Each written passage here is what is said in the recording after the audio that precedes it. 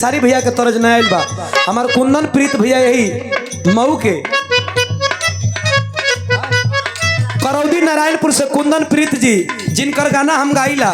पहला गाना हमारे आवाज में हिट रहे हम बानी 17 बलमुआ 23 साल के उनकरे गीत लिखा रहे हम गईले रहनी वायरल रहल। दूसरा गाना रहा कि वो कमर डैमेज नहीं करबई गारंटी लिख के दो। तीसरा गाना उनकर गावे जाता नहीं कुल हिट गाना ही हो हिटे गाना बा कैसे श्री अच्छे यादव बिरहा के शुभचिंतक बिरहा के गायक भी और बिरहा के बहुत ही शानदार श्रोता भी जो बिरहा को प्यार करते हैं इसी ग्राम सभा से हमारे कार्यजीवन जी के द्वारा आशीर्वाद बहुत बहुत प्रणाम दिल से धन्यवाद। लड़का बा खोहत लड़किया से हो बोला भैया सुतर रहलू की कहता हो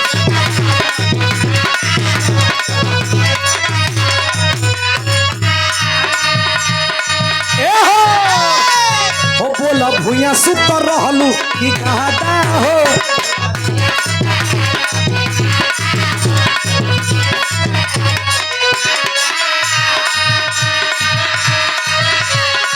हो बोला प्यार कम भइल की ज्यादा हो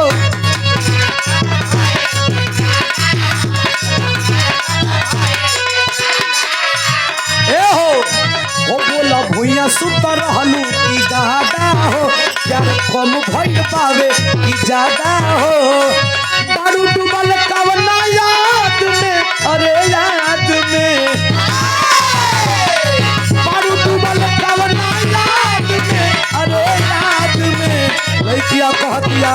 अरे कमर तुरले पहिले सैया पलंग तुरले बाद में अरे कमर तुरले पहिले सैया पलंग तुरले। सुधीर लाल यादव का क्या झटका है अरे कमर तुरले पहिले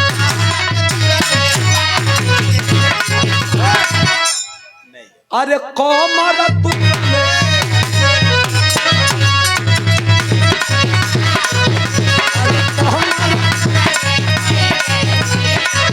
समरजीत भैया भाई रिश्ता ना टूटेला भाई अपने जगह पर सब लेकिन आपने बहुत सम्मान किया है और सम्मान की दृष्टि से आज भी देखते हैं और प्यार सम्मान जरूरी भी है इंसान के जीवन में। बहुत बहुत धन्यवाद। भाई सच्चाई को आप कबूलिए हमके केहू कुछ नहीं खे को देख का कोई हम सबकर कपार फोड़ो चले जो है सो है जो था वो था बात खत्म करिए। धोती खींचा मत लो धोती बजाई दर्शन कर दो।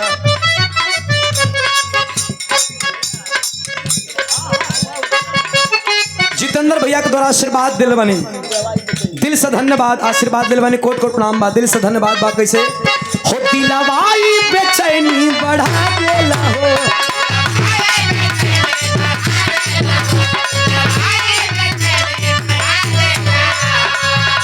जानू प्यार के बुखार छोड़ा देला हो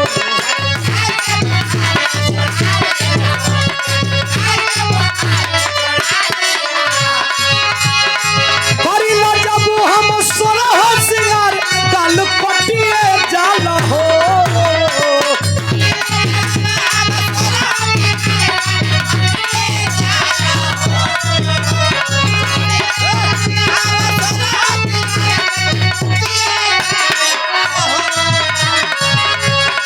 जैसे करीला हम सोलह सिंगार गाल पटिए जाला हो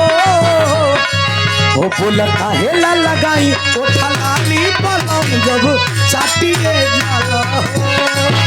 बोला काहेला लगाई ओ ठलाली पलम जब चाटिए ये नया बाजू जोटी एक सारी भैया का नया बा जैसे करीले हम सोह सिंगार गाल पटिए जाला हो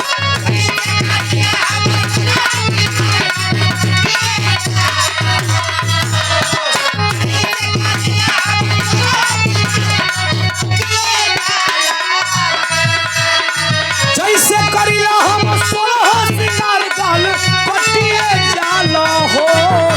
बोला काहेला लगाई ओठा लाली बलम जब चाटी दे जाओ